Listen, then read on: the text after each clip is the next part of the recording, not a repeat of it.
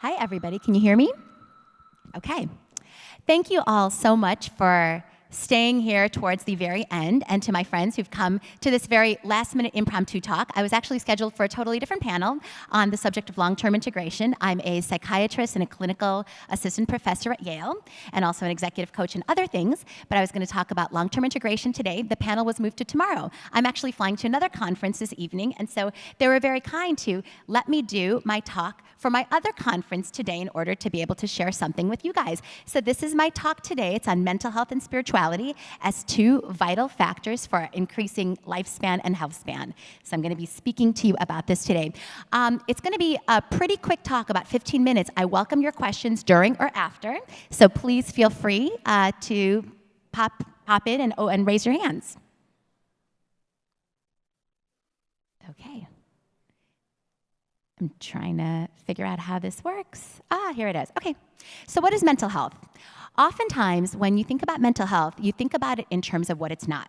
We know that mental health is not any of the diseases like anxiety, depression, OCD, PTSD, etc. And mental health often is being able to be stable, being able to pursue happiness in your life, to live with purpose, to have what Sigmund Freud called fulfillment within the key domains of life: love, work, and play. About 23% of US adults experienced mental illness in 2021. This was exacerbated by numerous factors, the COVID pandemic certainly being a profound one, but there is a number of things that increase our likelihood of having mental illness. And this is, of course, adverse childhood experiences, any kind of abuse, neglect, any kind of trauma, a lot of biological propensities and genetic propensities to mental illness, alcohol addiction, drugs, loneliness, isolation, numerous social factors, a lack of purpose, and many other things. Mental conditions are on a spectrum. You can be quite healthy, and then you could at times have difficulties, or you can be very severely and chronically mentally ill. And the more mental health issues you have, the more it affects your lifespan and your health span. A really important indicator is that mental illness can affect your quality adjusted life years by as much as 10 to 25%. Given that lifespan for most people is somewhere in their 70s, if they are lucky, this is about a third of your life potentially, at the high end. This is really, really significant. And that's why what I want to argue for today is that enhancing your mental health and optimizing it to the best of your ability should be a key part of everybody's longevity strategy. So there is a great deal of linkage between mental health and aging for so many different reasons. Obviously, individuals with mental health issues also have more chronic physical health issues, and this is because of their inability to care for themselves as well. Also, a number of health habits increase likelihood to drink alcohol, to not eat as healthy, to not exercise, to be more sedentary, all sorts of things. Increased likelihood to have dementia, to have cognitive impairment, all of these things. And when you have a mental health disorder, life is just much more stressful for so many different reasons, not to mention medication side effects, etc. All of this enhances aging. And in our country and in the world, there's been a lot of research on longevity, but not so much on health span. So it's actually not just enabling people to live longer, but enabling them to live healthy, rich, productive lives. So we talked a little bit about some of the mechanisms between what is it about mental illness that could reduce longevity. And so mental illness actually correlates with increased all-cause mortality. You're just more likely to die of anything if you have mental illness, and it makes a lot of sense, right, from all the things that we talked about. Whether it's heart disease, poor self-care, poverty, suicide, a whole bunch of things. So it's very important to understand this correlation and help people to enhance the quality of their mental health in order to improve the quality of life. The majority of people do have relief with mental health treatment. So mental health treatment in our country is primarily twofold. It's a very mind-based system focused on two modalities, psychotherapy and psychopharmacology.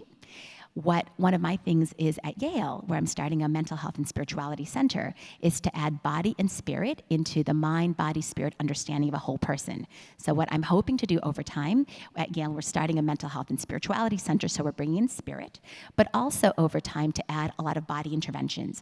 And those are the embodied practices that are essential to our mental health and well-being, such as nutritional psychiatry, the food as medicine movement, such as exercise psychology, focusing on healthy sexuality and pleasure, focusing on longevity and fertility. Oh, one other thing I wanted to say regarding this is that as people get their mental health treated, they are over time start to adopt much better habits, which increases their quality of life, both health span as well as lifespan. And it's been shown that, for instance, when people begin to engage in positive thinking practices, their longevity increases by 4 to 13 years. So these are very profound shifts in both health span and lifespan. Stress shortens lifespan and health span. So as Shane just mentioned, I used to work in the lab of Dr. Robert Sapolsky. Dr. Robert Sapolsky studies the effect of stress on the brain. One of the key things in the book, When Zebras Don't Get Ulcers, that he realized is that whereas human beings, when they are a little stressed, could actually have a very adaptive response. You have heightened capacity to focus, heightened ability to escape from an alligator or a lion if you are running and really stressed. Over the long term, chronic stress in the way of holding grudges or having rumination or constant worry actually undermines your parasympathetic functions, which is the rest and digest functions. Too much chronic stress undermines your capacity for rest, digest, fertility, and all those other things that are essential for lifespan and health span. And so stress reduces mental illness, and they create a self-perpetuating cycle. The more stress you have, the more likely you are to be mentally ill. The more mentally ill you are, the more stress you have. So it's an ongoing, and the mechanism through which this happens is actually through adrenaline and cortisol. And what cortisol does, and this is what we studied in Dr. Sapolsky's lab, is it exacerbates primary energetic insults on the brain. So there's certain things that create neuronal aging and cell death, and glucocorticoids come in and double and triple that effect. So stress doesn't do it on its own, but it does so in concert with a lot of other energetic chemical things. Mental health issues increase the risk of dementia, and so individuals with mental health conditions are 3 times as likely to have cognitive decline. And this manifests as many different kinds, Alzheimer's as well as Pick's dementia, as well as other dementias in general. And this is a very big and important thing because the mechanisms for this are mechanisms of stress, but also BDNF and all sorts of other things that people have been talking about today, and the way in which essentially our brains, in order to be pliable and strong and healthy, we need to also have healthy mental health, essentially, to be able to uplift and support the kind of lives we want to live. Okay, so now we're going to talk about spirituality. So my work at Yale focuses on the intersection of mental health and spirituality. And what is spirituality? Spirituality is a connection to something greater than oneself. And here I have 3 pioneers. We have Sigmund Freud, and Sigmund Freud basically described religion as an obsessional neurosis and believed that any kind of belief in God was delusional. Although he described and has had a lot of patients describe this oceanic feeling, or our limitlessness and wholeness and our connection to something greater than ourselves, he admitted to never having felt that himself. Here we also have Carl Jung. Carl Jung was a contemporary of Freud's and had a very different perception. Carl Jung believed that we're all born whole and lose this over the course of our lives, and that part of our journey and mission in life is actually to regain our wholeness. He was a deeply spiritual man himself and believed spirituality to be core to the human experience. Albert Einstein may have best reconciled Carl Jung and Sigmund Freud's contrasting views in saying that religion without science is lame and science without religion is blind. So what is spirituality? My favorite definition is given by the British professor of religion and theology, Dr. Christopher Cook, where he talks about spirituality as being a very powerful universal dimension of the human experience. It could be something that's deeply personal and inner, immanent and subjective, or it could be something transcendent and beyond the self. But whatever it is, it's often experienced as being of fundamental importance and concerned with purpose in life, truth, and values. There's a lot of data showing that religion and spirituality actually improves mental health. A study of cancer patients has shown that having any kind of spiritual commitment or spiritual affiliation increases your quality of life no matter how threatening the cancer diagnosis was.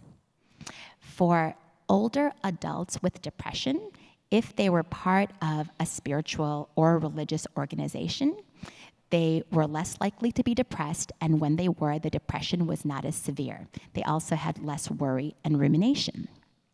One of the key predictors of alcohol remission from alcoholism, was having a spiritual enlightenment experience. So and this is just, 3 of many, many statistics. This is also, you have Dan Buettner's work here with the blue zones. So Dan Buettner wrote numerous books and has studied the effects of centenarians, individuals who lived up to 100 or over 100 years old, and found 5 places in the world where this was the case and studied all the different aspects of the blue zones to understand. And he delineated 9 primary characteristics that all of these blue zones had in common, one of which was involvement in a faith-based community. And so individuals who, of his centenarians, only 5 out of 263 were not part of a faith-based community, and the ones that were attended this at least once a month and found this to be a very, very powerful part of their lives. And then when he did all his statistical analysis, he showed that being part of this faith-based community added between 4 to 13 years to one's life. And it's also, So why should doctors inquire about patients' spiritual needs? Patients desperately want this, and in a number of surveys, 65% of patients said that they very much wanted doctors to inquire about the totality of their being, not just about their cancer symptoms or their heart disease symptoms, but really about who they are and what makes them tick. Whereas only 10% of physicians did this.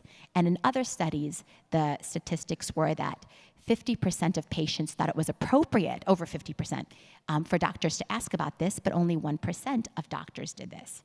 And so there is a big delta between what patients are wanting and what is actually taking place. And when doctors do ask, patients are much happier with the care, and when doctors don't ask, often the quality of the care is thwarted. And this really goes back to our system when we were talking about what is our medical system and what underlies our capacity to connect with patients. Oftentimes, we have a very mind-based, when it comes to mental health approach, psychotherapy and psychopharmacology. And with cancer treatment, you focus on the physical capacity. But what we need to move to is a more whole person system, which looks at mind, body, and spirit and treats all of them as an important component of our understanding the whole person and treating all of their symptoms, mental, physical, as well as spiritual. So what's the mechanism of action? Why does spirituality improve mental health and longevity? And so there are many answers to this question. One of them is that spirituality provides a community, and community reduces loneliness, it increases our affiliation, it increases our capacity to be who we really are and be seen by other people, which we need in order to feel good about life and ourselves. Another is that many religious and spiritual communities offer life-affirming beliefs, positive, healthy messages about life, and answers to important questions about purpose and meaning, like, why do bad things happen to good people? And it's being a part of that, which is also really, really important. And there's also a number of other mechanisms. So spirituality does not necessarily have to involve a belief in God. And there are many spiritual people who don't believe in God, because if spirituality is a connection to something greater than oneself, that connection can also be to Mother Nature, to a set of transcendent values like hope, trust, and perseverance. And by this definition, you can have spiritual atheists, individuals who don't believe in God but are very much in flow with life, connected to nature, and living a beautiful, flow-filled life. Spirituality could also, if you do believe in God, provide that relationship to God, can be that positive attachment in one's life when people may be lacking that in other aspects of their life. And there's different ways in which people can connect with God. You can have a more collaborative coping style, meaning that you are working with God to change your life, or you can have a more dependent coping style. You're praying for that miracle and expecting God to do that for you. And it's been shown that actually the collaborative coping style is associated with greater healing and improved mental health. So basically, what we've seen here is that mental health and mental health issues can have a huge effect on longevity and can decrease people's quality life years by 10 to 25 years. Increasing mental health in its own right can have a huge effect on longevity, and spirituality alone and in concert with the mental health treatment can do so as well. So spirituality enhances mental health, and spirituality also enhances longevity. So I want to welcome any questions on these subjects. And really the main premise of what I'm bringing is that both mental health and spirituality should be essential aspects of anybody's longevity strategy ultimately. So thank you for listening to my talk, and I welcome your questions now.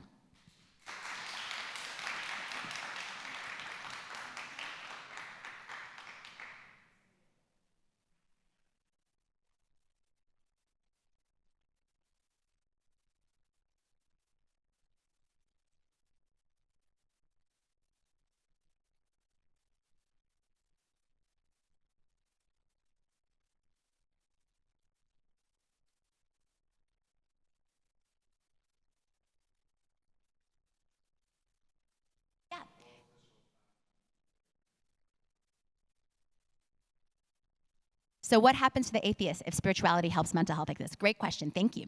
So according to my definition of spirituality, you can have spiritual atheists. So the way that I see spirituality is a connection to something greater than oneself, which could be a belief in God, or it could be a belief in source, or universal consciousness, or collective consciousness, or Mother Nature, or a set of transcendent values like hope, trust, perseverance. So spirituality does not have to engage and have a belief in God by any stretch, but really people living a life that's transcendent, that's bigger than just themselves. Whenever our life is small, we become contracted and our capacity to see outside of ourselves becomes small. Whenever our life is transcendent in any way, whether through God or through the work that we do or through the purpose that we hold, it becomes expansive. So by no means is this talk or the results of this talk not generalizable to atheists. It's very generalizable, I think, to all human beings. So thank you for that question. Mm-hmm.